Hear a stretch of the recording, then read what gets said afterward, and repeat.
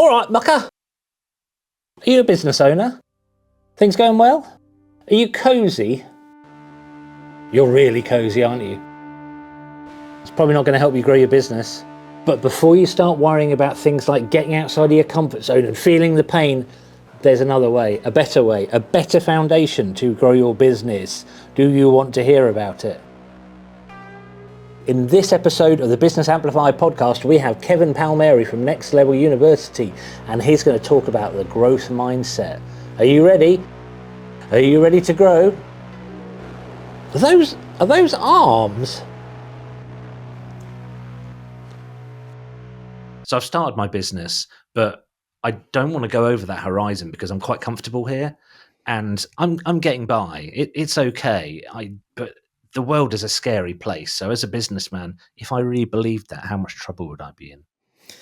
You would be in a lot of trouble depending on what you did after you said that. Because I would agree with you, Andrew. I do believe the world can be a scary place, but that's why having a strong, capable mindset helps a ton. And for a lot of entrepreneurs, unfortunately, that ends up being one of the barriers.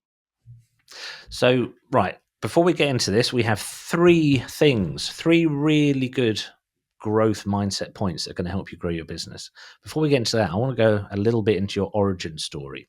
So anyone watching this who hasn't heard of you before, I should at least say your name, Kevin Palmieri. So there you go. So give us your origin story. I know you're kind of focused on the growth mindset. How did you just wake up one day and go, hey, this is what I'm going to do?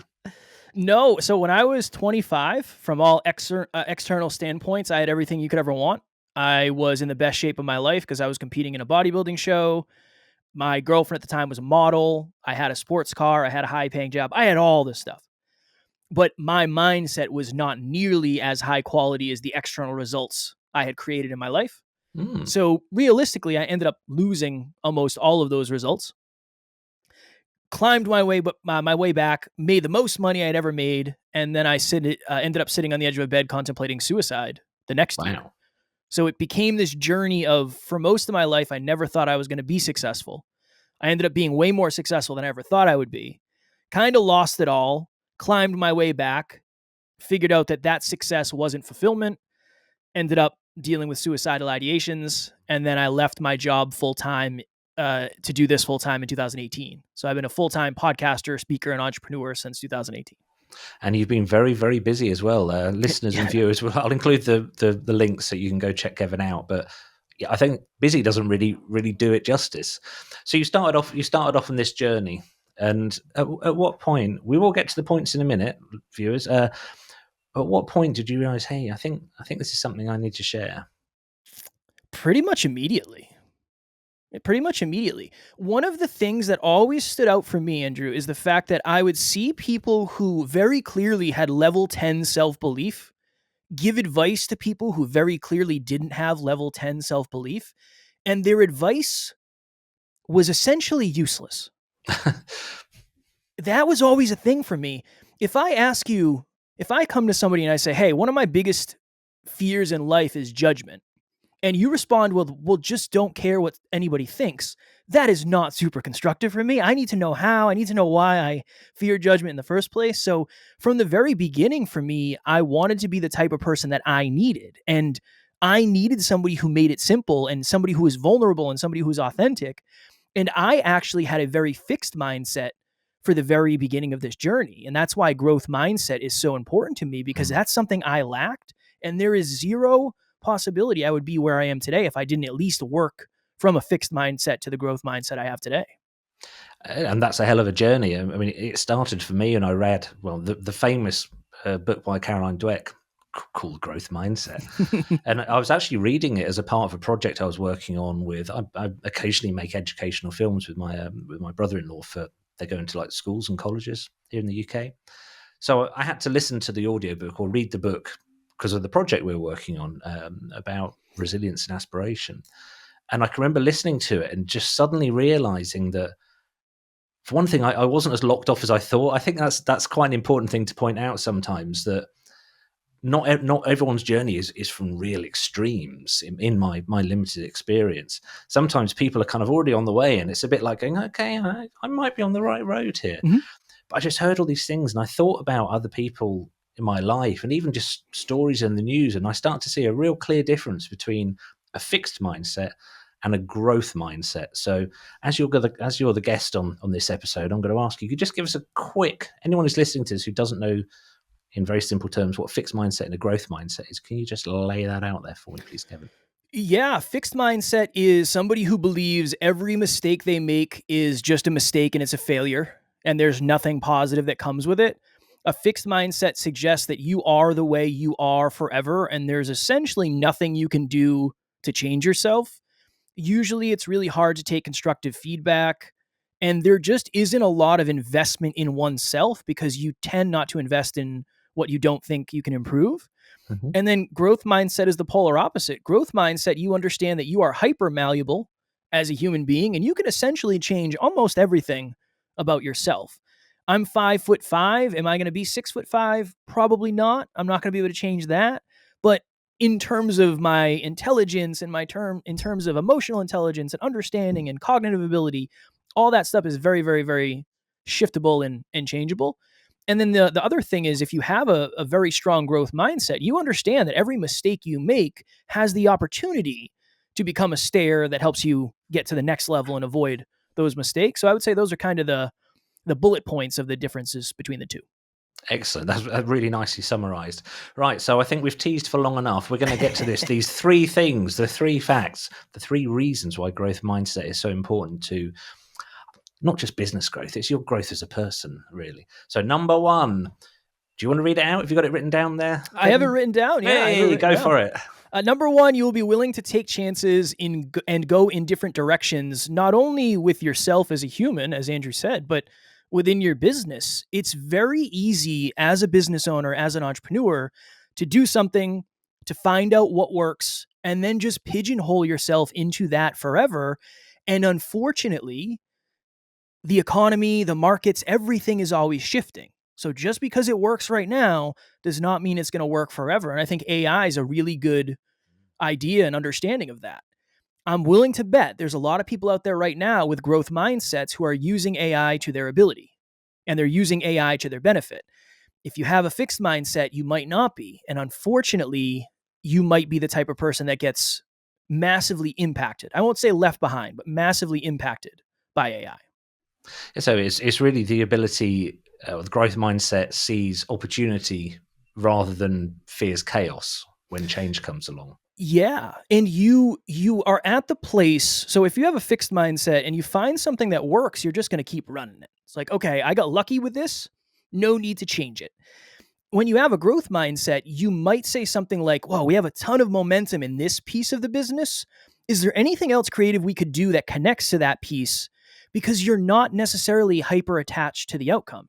If it doesn't work, it's not the end of the world. Now we know it didn't work. We didn't sink a lot of time, energy, and resources into it. So it's just an opportunity to see if it works versus internalizing we're a failure because that branch of the business didn't work.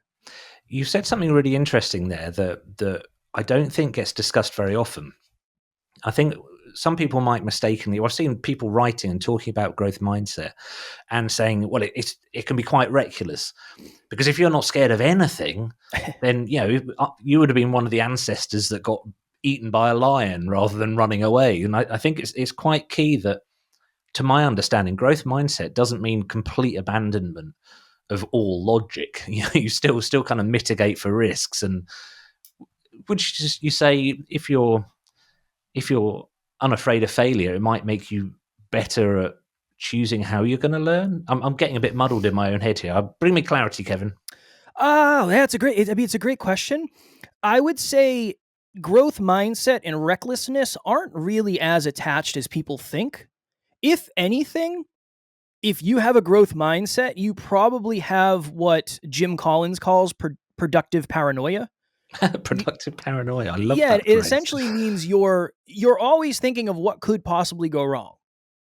But I also think if we were to maybe dig a little deeper, there might be hyper fixed growth and then hyper growth.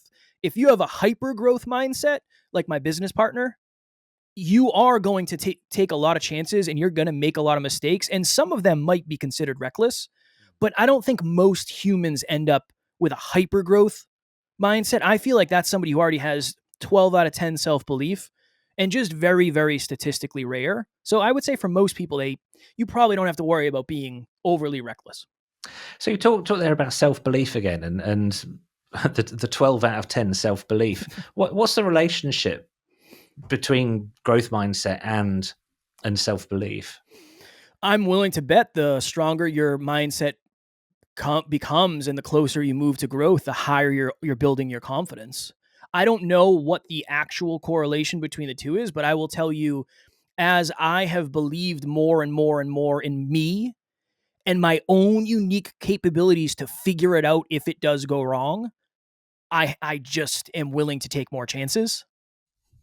So that they go together. I just don't know if it's like 1-to-1, 1-to-half. I don't know. I don't know what the ratio is necessarily. We can't make it scientific, unfortunately. Like a lot of these things we can, but I'm having a similar experience speaking to you as each time I kind of learn more about growth mindset, and it's kind of going, oh yeah, I take things that other people might see as risks, but I don't necessarily see things being all that grave if they can go wrong. Ultimately, if we're running a business, as serious as anyone is listening to this, and no matter what point in a curve, up or down, you are with your business, we're still kind of playing. Is my thought. You know, we don't have jobs, a lot of us.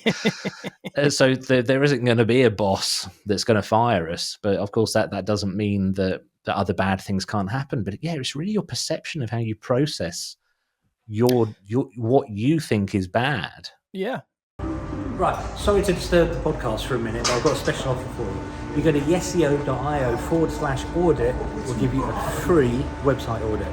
Could be really useful, could be really valuable. Now let's get back on with the show. Sorry to leap in and disturb the podcast again, but I just want to explain what just happened. My child was filming for me, and they managed to walk into a bin. That's what that bang is, but they're fine. So, right, last interruption, I promise. Let's get back to Kevin, because that's what we're really here for. I had a moment before this where I was literally thinking to myself, I'm not going to write any of them. I'm not going to write any of the points down. I'm just going to freestyle it. And then I thought, and again, this was all from the lens of a growth mindset. It could go wrong and it could get messy and muddled. But then I said, well, Andrew and I already talked about it. I want to make sure I come correct. I want to make sure I'm prepared. I don't want my growth to affect somebody else's growth. This is on me. Let me do this on my own behind the scenes. I don't want Andrew to be a piece of this if he doesn't want to be. He doesn't know what he's signing up for yet. That's all right. I don't mind being kind of dragged into it. That's fine. I think the point that I heard in there is almost practice makes perfect. I do public speaking, and when I first started, I would write down every single word I was going to say, and I'd stand up there terrified and couldn't remember any of it at all.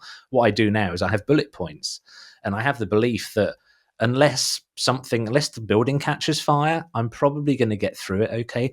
That being said, anyone who is listening or watching this who does public speaking, I had the worst possible thing happen that could happen. I was speaking in front of a group of people, and it was an open place. We were like in the corner, but this place was open to the public.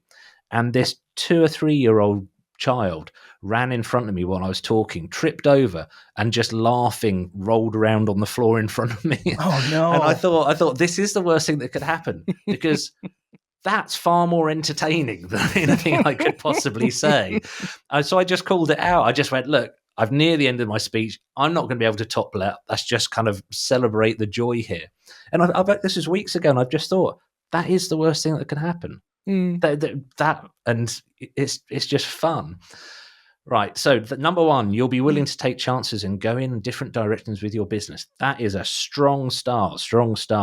So on to number two. Number two, you will detach from failures and start to use them as lessons. For every public success you see, there is hundreds, if not thousands, of mistakes that have been made behind the scenes for that person to get there. And I think the biggest differentiator between somebody who says, okay, that didn't work, let's try again, and somebody who says, well, that didn't work, I can't do this, is the mindset.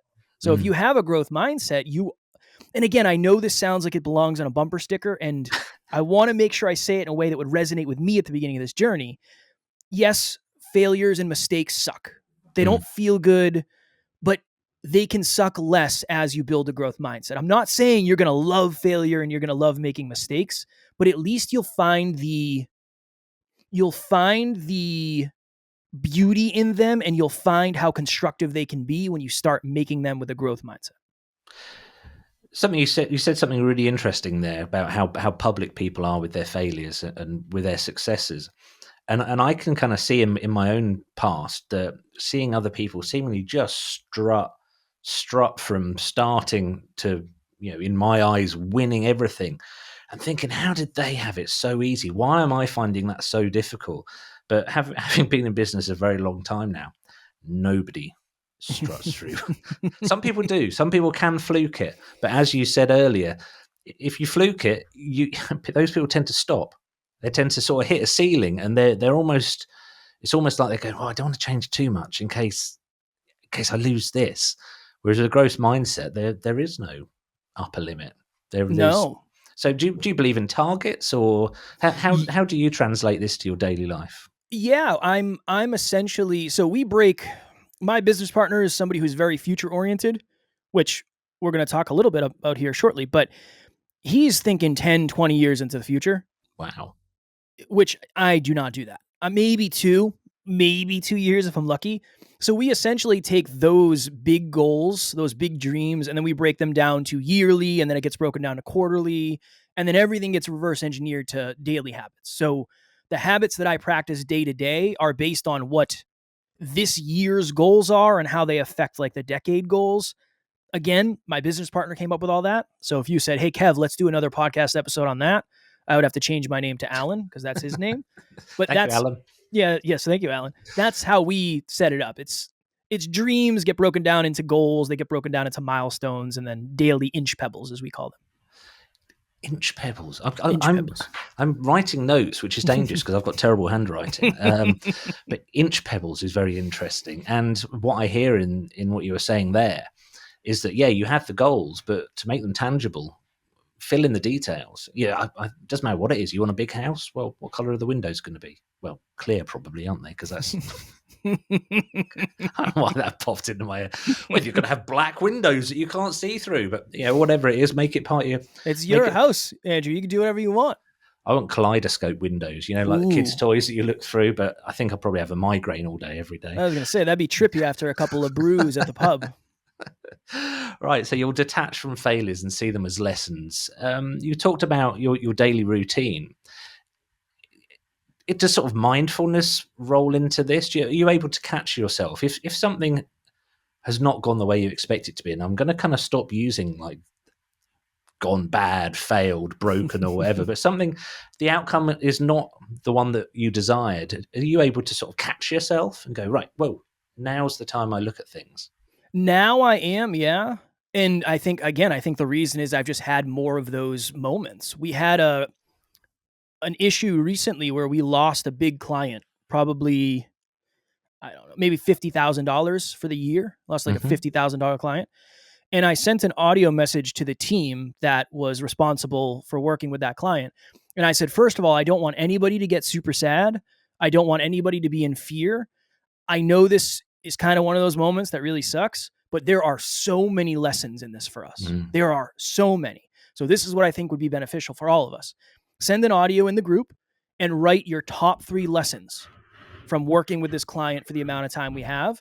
And then let's mastermind around those lessons, see what we learned, and then we can adjust our systems, and then we can have deeper conversations. But as a leader, it's my job to make sure that we actually learn the lessons. Everybody on our team takes super high levels of personal responsibility. I don't need to make anybody feel bad. The team feels bad enough as it is. I need to help us sift through the rubble, for lack of better phrasing, to find the pieces that are going to allow us to survive on the island. And that's kind of how my perspective is now. But that's just practiced over, I've been doing this full time for almost 8 years now. Yeah. Right? 7 years. It's almost, well, I'm a musician, so guitars here and stuff for anyone listening on the podcast. And guess what? We rehearse. We go through the same things because, well, me in particular could struggle to get through any song without making horrific mistakes, but I don't quit. Mostly because I'm the only bassist in town, I think, so there just wouldn't be anyone else doing it. But we don't quit. You play the song again. In fact, Yeah. I was in a band a few years ago. I've got to be careful what I say. I doubt they'll hear this, but we had to politely request our drummer seek other opportunities because we'd rehearse, and if anyone made a mistake at all, he'd just down sticks and stop playing, fold his arms. I couldn't get across to him that no, that we you're not learning how to play the song properly. You're learning how to roll with the mistakes. That's almost more important than playing the right notes in the right time, which is what I was always being asked to do as the bassist. Sorry, going off track there, but yeah, That's a great example. That's a great example. Oh, thank you. I was quite pleased there. It was better than the kaleidoscope windows, I thought. And if you're listening to this for the first time, we don't do much editing, so you're hearing it all here, all the warts. Right, so that was number 2. You'll detach from failures and see them as lessons. I think that is kick-ass. So let's rip on to number 3. Number 3, having a growth mindset helps you with your time perspective. I'm convinced, so I work with a lot of podcasters. I coach podcasters and we produce a bunch of shows. And I think one of the biggest issues for podcasters, but business in general, is a misaligned time perspective. To your point, Andrew, you see people that just come out of nowhere and you think that should be you too. When in reality, when you have a growth mindset, you understand that it's about stacking the wins day to day and building momentum. And you start to see things compound. And you understand that from day to day, progress is essentially invisible. But from year to year, progress is impossible to miss. When you've been doing it long enough, it just becomes part of the journey. And it just kind of becomes necessary. It's the expectation goes from we need to be successful today to we're really building a lot here. So when things really do click, we're going to be able to sustain and grow based on the growth that we have. That's fantastic. It's another good leadership message as well. Kind of if people can see from the top down, like, it might take a while, but when this really kicks off, we're going to be ready. Yeah. Because the truth is, I talked about people who fluke businesses earlier. I started a business in 2000 making what you would call buttons, but what we call badges. I was looking around because there's always loads in the office. Oh, look, there's one here. This is a magnetic one though. So these kind of things. See that? Sorry. See that won't be very interesting for people listening to the podcast. I apologize for that. So I started the company, and within 3 months, I was absolutely overwhelmed. I had so many orders. I literally didn't know what to do. And I was working full time in the city. So I was commuting 3 hours a day, coming home, doing it. And looking back on it now, the biggest problem I had was that I was successful with no effort. So I sold 80% of the company to a really good friend who understands manufacturing and could actually do it. But that's actually, I think that's quite, I've not thought of it that in that perspective, but that's quite a good example of fluking it and not being ready for it, not being ready at all. Yeah, there's a drastic difference between creating something and then being able to sustain the creation. Those are two very different things. We had a really good friend, and his either first or second YouTube video went viral. Oh, wow. It went very viral. And when we were talking to him, we were trying to help him with his channel, and we were asking about the stats. And he said, I've never measured the stats. I've never even looked at the analytics. That's a problem. Because you have all this proof, and you have all of this information, you have all this data, and you don't have the system. So if that didn't change, I'm not saying he would have failed or anything, but I don't know. I don't know what would have happened. This is why when people win the lottery, they usually end up more broke than they were before they had the money. It's just the system it's just not in place. And if you don't have the system, it's really hard to continue running it. Yeah, absolutely. We are running out of time, which makes me sad. Same. To be honest with you, Kevin. I'm going to see if I can get a bonus point out of you. So we had our 3 points, which is point number 1. I'll reiterate these afterwards. But if anyone listening to this or watching this video only had the capacity to remember one thing that you've talked about today, what would you hope that might be?